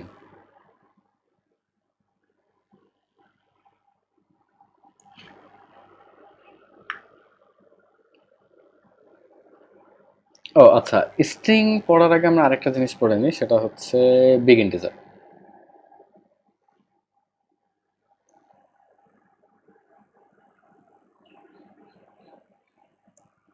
এই নাম্বার ডেটা টাইপের একটা লিমিট আছে। সো এই নাম্বার ডেটা টাইপের লিমিট হলো -2^53 থেকে 2^53। সো এটাকে যদি আমরা ডেসিমেলে কনভার্ট করি, তো এটা মোটামুটি তোমার হলো 16 ডিজিট ডেসিমেল পর্যন্ত। এটা হলো আমার নাম্বার ডেটা টাইপের লিমিট। এর থেকে বড় ডেটা যদি আমাদের স্টোর করার প্রয়োজন হয়, তখন আমরা এই বিগ ইন্টিজার ইউজ করব। এই বিগ ইন্টিজারটা কখন ইউজ করা লাগতে পারে, কোনো ক্রিপ্টোগ্রাফির কোনো অপারেশনের ক্ষেত্রে, বা মাইক্রোসেকেন্ড প্রিসিশন টাইম স্ট্যাম্প যদি আমাদের লাগে, তখন আমরা আমাদের এই বিগ ইন্টটা ইউজ করতে হয়। তো আমরা কিভাবে বুঝবো যে একটা ভ্যারিয়েবল বিগ ইন্ট? তুমি যদি কোনো ভ্যারিয়েবলকে বিগ ইন্টে কনভার্ট করতে চাও, তাহলে let n equal to 1 2 3 4 5 6 dot n। So তোমার একটা নাম্বারের শেষে যদি তুমি n দাও, তখন জাভাস্ক্রিপ্ট সেটাকে বিগ ইন্টিজার হিসাবে কাউন্ট করবে। তো এই বিগ ইন্টিজার মোটামুটি তোমার যত বড় ইচ্ছা তত বড়ই হইতে পারে। আর এই যদি এনটা না দাও, তখন এটাকে এ নর্মাল নাম্বার হিসাবে কাউন্ট করবে। So basically n equal two 10n, এইটা হচ্ছে আমার একটা big integer. But n equal two 10, এইটা ডেটা টাইপটা আমার একটা নাম্বার। আমরা কিভাবে বুঝবো যে কার ডেটা টাইপ কি? এটা আমরা আগেই পড়ছি যে আমরা টাইপ অফ, এই ফাংশন ইউজ করে আমরা জাভাস্ক্রিপ্টের ডেটা টাইপটা বুঝতে পারবো। আমরা তাহলে বিগ ইন্ট পড়লাম।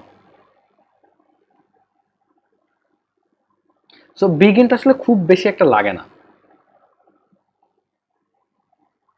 কারণ এইটার নাম্বারের সাইজটাও বেশ বড়, নাম্বারের রেঞ্জটাও বড়। মোটামুটি বেসিক কাজগুলো আমাদের নাম্বারে হয়ে যাওয়ার কথা।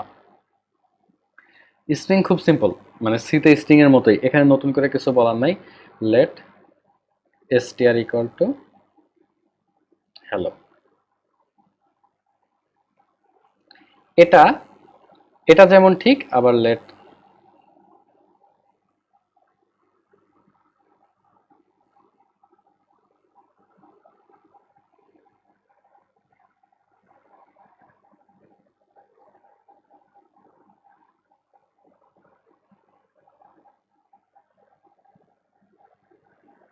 এই জিনিসটাও ঠিক। সো আমার বেসিক্যালি দুইটা জিনিসই ঠিক। তুমি স্ট্রিং ডিক্লেয়ার করার সময় ইদার সিঙ্গেল কোটেশন আর ডাবল কোটেশন দুইটা ইউজ করতে পারো। আরেকটা জিনিস, স্ট্রিং কনক্যাটেনেশন। স্ট্রিং কনক্যাটেনেশন হলো সিম্পল প্লাস। ফর এক্সাম্পল,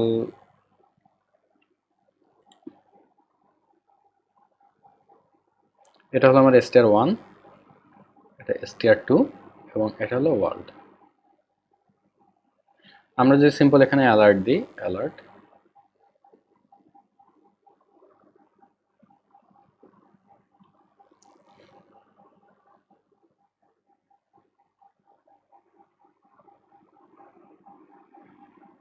আমরা যদি এই অ্যালার্টটা দিই তাহলে আমার যে অ্যালার্টটা দেখাবে সেটা হচ্ছে এরকম একটা।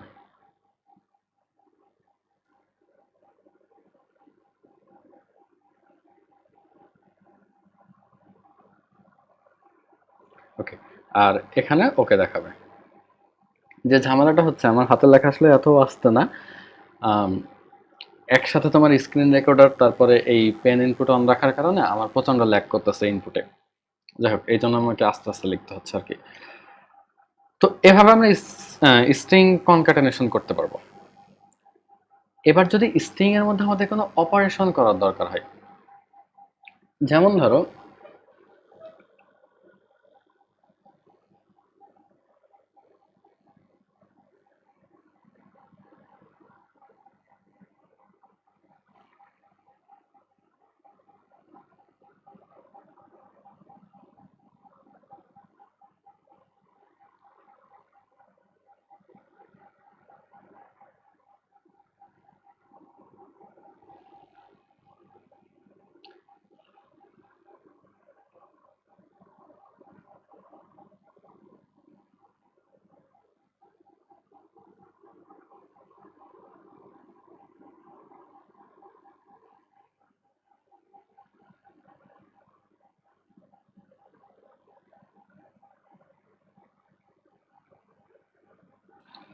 এটা যদি করি তাহলে আমার অ্যালার্টে যে জিনিসটা দেখাবে সেটা হচ্ছে আমার ডিরেক্টলি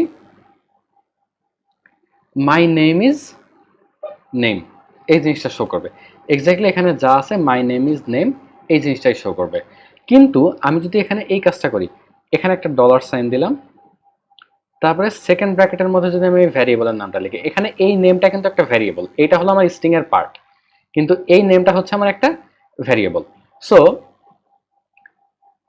আমি যদি এই ডলার সাইন এবং সেকেন্ড ব্র্যাকেটের মধ্যে যদি এই ভ্যারিয়েবলের নামটা লিখি তাহলে আমার যে হবে এই ডলার সাইন এবং এই সেকেন্ড ব্র্যাকেটের মধ্যে যে স্ট্রিংটা থাকবে বা যে জিনিসটা থাকবে এই জিনিসটাকে ক্যালকুলেট হবে।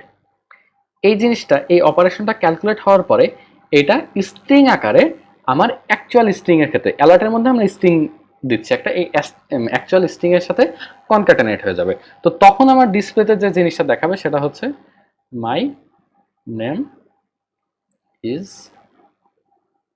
জন। ওকে, তো এই জিনিসটা হলো আমার শো করবে। তো তার মানে আমি এই ডলার সেকেন্ড ব্র্যাকেটের মধ্যে যে কোনো অপারেশন দিতে পারি, এই জিনিসটা ক্যালকুলেট হয়ে আমার ডিসপ্লেতে শো করবে। এখানে যদি আমি 1+2 দিই তাহলে আমার আউটপুটটা কি হতো? My name is 3, right? কিন্তু আমি যদি ডলার সেকেন্ড ব্র্যাকেটটা না দিই তখন আমার আউটপুট যেটা হতো সেটা হচ্ছে মাই নেম ইজ 1+2। এটা বেসিক্যালি আমাদের স্ট্রিং ডেটা টাইপ। সো আমরা স্ট্রিংও শিখলাম।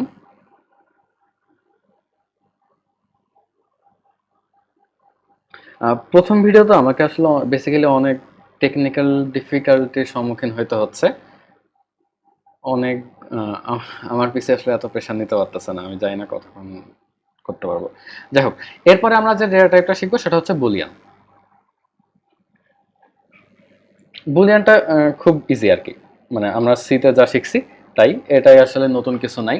লেট ইজ চেকড, এটা একটা ভ্যারিয়েবলের নাম, ইকুয়াল টু আমরা ডিরেক্টলি ট্রু লিখতে পারি। তো তারপরে যদি আমি টাইপ অফ ইজ চেকড দিই তাহলে আমার এটা টাইপ দেখাবে বুলিয়ান। তবে এখানে একটা জিনিস খেয়াল রাখতে হবে যে যদি আমি এখানে আর কি কোটেশন দিয়ে দেয় তখন আর এটা আমার বুলিয়ান থাকবে না, তখন এটা স্ট্রিং এ কনভার্ট হয়ে যাবে। এই বেসিক্যালি বুলিয়ান। আচ্ছা,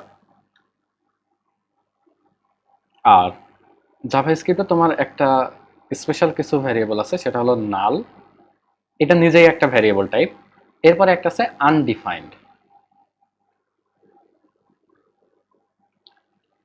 নাল এবং আনডিফাইন্ড, তো এই মোটামুটি 6টা টাইপ শিখলাম। এবং লাস্ট যে দুইটা আছে সেই দুইটা হলো অবজেক্ট, অবজেক্ট আর হলো সিম্বল। এই 6টা এই দুইটা থেকে ডিফারেন্ট। কেমনে ডিফারেন্ট সেটাতে পরে আসতেছি, আগে আসি নাল আর আনডিফাইন্ড এর মধ্যে পার্থক্য কি। আমরা একটা কোড দেখাই।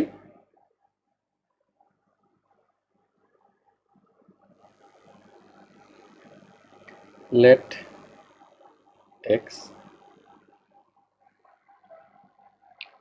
সো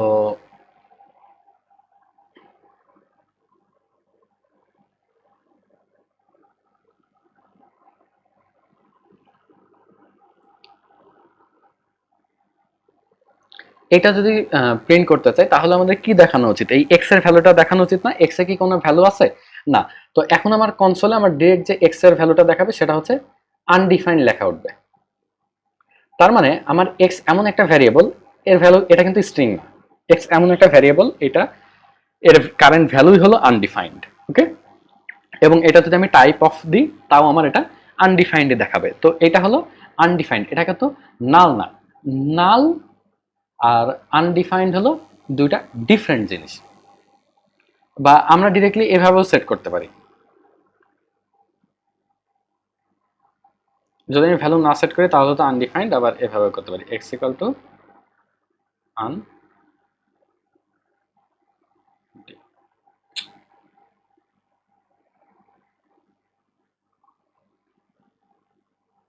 আচ্ছা, তো এটা বেসিক্যালি গেল আনডিফাইন্ড টাইপ। এবার আসি নাল টাইপ।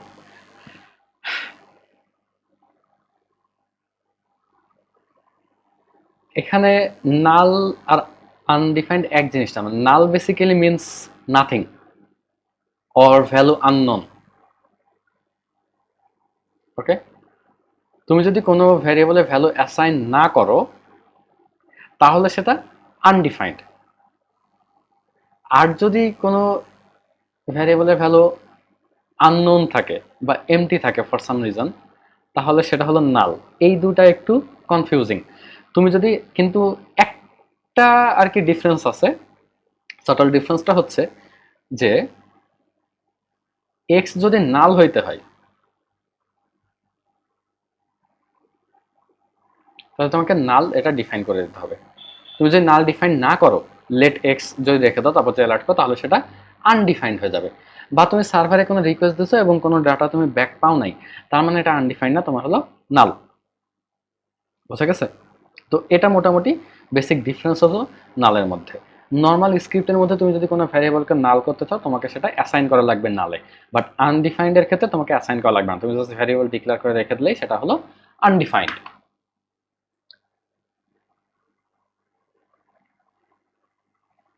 আচ্ছা, আর এই এবার আসি এই 6টা ডেটা টাইপ এবং এই বাকি দুইটার মধ্যে ডিফারেন্সের ক্ষেত্রে। এই 6টা ডেটা টাইপ আর এই বাকি দুইটার মধ্যে ডিফারেন্সটা হচ্ছে এই 6টা সবগুলাই ভেরিয়েবলে একটা মাত্র ডেটা ক্যারি করে। ওকে, এই 6টাই সবগুলাই ভ্যারিয়েবলে একটা মাত্র ডেটা ক্যারি করে, একটা স্ট্রিং, একটা নাম্বার। কিন্তু অবজেক্টের ক্ষেত্রে, এই অবজেক্ট ডেটা টাইপের ক্ষেত্রে এটা হচ্ছে আমার মাল্টিপল ভ্যালু ক্যারি করে। একটা ভ্যারিয়েবল অনেকগুলা ডেটা, অনেকগুলা নাম্বার, অনেকগুলা স্ট্রিং বা নাম্বার স্ট্রিং এর মিক্সচার, এই জিনিসগুলা ক্যারি করে। ঠিক আছে, তো এই জন্য এই ছয়টাকে বলা হয় জাভাস্ক্রিপ্টের প্রিমিটিভ ডেটা টাইপ। এই ছয়টাকে আমরা বলতেছি জাভাস্ক্রিপ্টের প্রিমিটিভ ডেটা টাইপ। আর এই অবজেক্টটা হচ্ছে প্রিমিটিভ না। সিম্বল সম্বন্ধে আমরা পরে পড়বো। সিম্বলটা আসলে এই কোর্সের মধ্যে অতটা ইম্পর্টেন্ট না। সিম্বল ডেটা টাইপ নিয়ে আমরা পরে জানবো। এই বেসিক্যালি আমাদের ডেটা টাইপ। আর টাইপ অফ অপারেটর নিয়ে তো জানছি আমরা। টাইপ অফ অপারেটর দিয়ে বেসিক্যালি যে কোনো ভ্যারিয়েবলের ডেটা টাইপ জানতে পারি, আমরা সেই ডেটা টাইপটা অ্যালার্ট হিসাবে প্রিন্ট করতে পারি। তো টাইপ অফ নিয়ে আসলে আর কিছু দেখানোর নাই।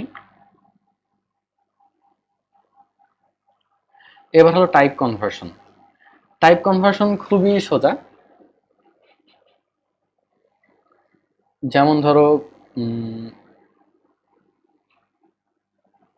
কোনো স্ট্রিংকে আমি নাম্বারে কনভার্ট করব,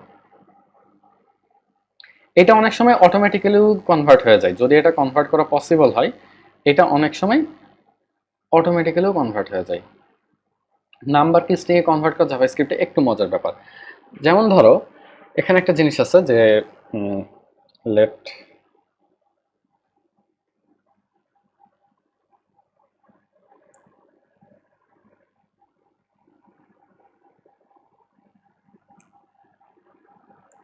এরপরে যদি আমি এটা লিখি যে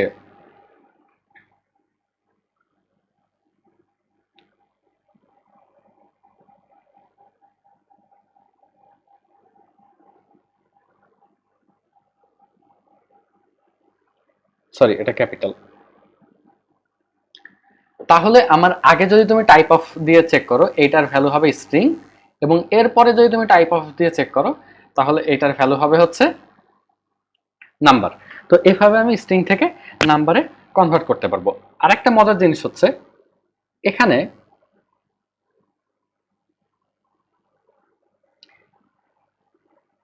এর আগে পিছে মনে করো অনেকগুলো স্পেস আছে, এখানে স্পেস আছে, এখানে স্পেস আছে, এখানে স্পেস আছে, তাও কিন্তু এটাকে নাম্বারে কনভার্ট করে 6ই দেখাবে। এটাকে নাম্বারে কনভার্ট করলে 6 হবে। বেসিক্যালি আমি যেটা বলতে চাচ্ছি যে জাভাস্ক্রিপ্টে যখন একটা স্ট্রিংকে একটা নাম্বারে কনভার্ট করে, আমরা আগেই জানি যে জাভাস্ক্রিপ্ট খুবই স্মার্ট একটা ল্যাঙ্গুয়েজ, তখন এর শেষে এবং শুরুতে স্পেস যদি থাকে তাহলে সেটাকে রিমুভ করে তারপরে নাম্বারে কনভার্ট করে। তার মানে এইটা না যে তোমার যদি একটা স্ট্রিং থাকে এরকম 1, তারপরে মনে করো অনেকগুলো স্পেস, তারপরে 2, তারপর 3, এইটা মানে কিন্তু 1 2 3 তে কনভার্ট করতে পারবে না। কিন্তু জিনিসটা যদি এরকম থাকে অনেকগুলো স্পেস 1 2 3, এটাকে তোমার নাম্বারে 1 2 3 তে কনভার্ট করতে পারবে। তো এইভাবে বেসিক্যালি আমরা নাম্বারকে স্ট্রিং এ কনভার্ট করতে পারবো। আবার আরেকটা জিনিস, নাম্বারকে যেমন স্ট্রিং এ কনভার্ট করতে পারবো, একইভাবে বুলিয়ানকেও আমরা স্ট্রিং এ কনভার্ট করতে পারবো। ধরো এই str সমান যদি আমি এগুলা কেটে দিয়ে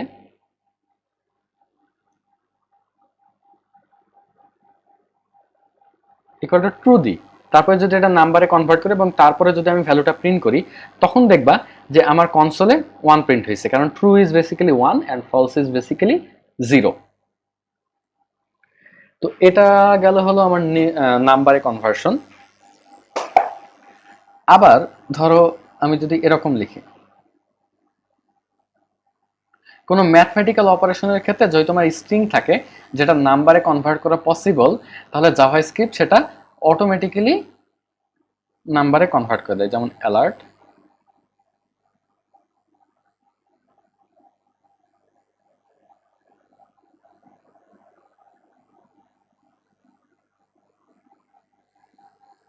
তো এইটাকে যদি আমি প্রিন্ট করি তাহলে দেখবা যে তোমার কনসোলে যদিও এই দুইটাই আমার স্ট্রিং টাইপ, তাও কনসোল এটাকে 3 তে কনভার্ট করে নিচ্ছে।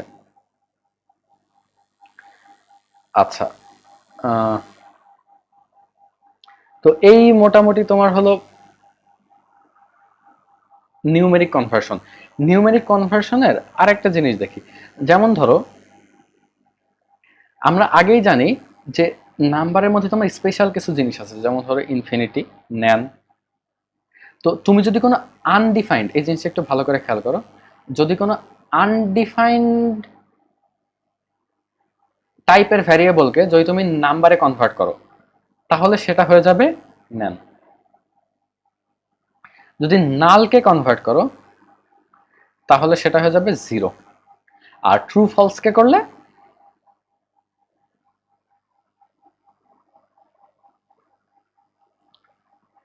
1 and 0। আচ্ছা, এরপরে আসি স্ট্রিংকে যদি করো। স্ট্রিংকে যদি ডিরেক্টলি নাম্বারে কনভার্ট করা পসিবল হয়, নাম্বারে কনভার্ট করে ফেলবে। আর যদি না হয় তাহলে শেষে এবং শুরুতে যদি স্পেস থাকে সেগুলোকে বাদ দিয়ে তারপরে সেটাকে নাম্বারে কনভার্ট করে ফেলবে। স্ট্রিং কনক্যাটেনেশন কেমনে করে আমরা জানি। আচ্ছা, বুলিয়ান কনভার্সনের ক্ষেত্রে ট্রুকে নাম্বারে কনভার্ট করলে যেমন আমরা এটা 1 and 0 পাবো, একইভাবে 1কে যদি আমি বুলিয়ানে কনভার্ট করি তাহলে ট্রু পাবো, সরি, এবং 0কে যদি আমি বুলিয়ানে কনভার্ট করি তাহলে ফলস পাবো। এটা হলো আমার ভ্যারিয়েবলের মধ্যে চেঞ্জ। তো টাইপ কনভার্সন আমরা আপাতত আর দেখবো না, আমরা তাহলে জাভাস্ক্রিপ্টের ডেটা টাইপ এবং এই ডেটা টাইপের মধ্যে কনভার্সন গুলো দেখছি। টোটাল 8 টাইপের ডেটা আছে। এরপরে আমরা যে জিনিসটা দেখবো সেটা হলো অপারেটরস।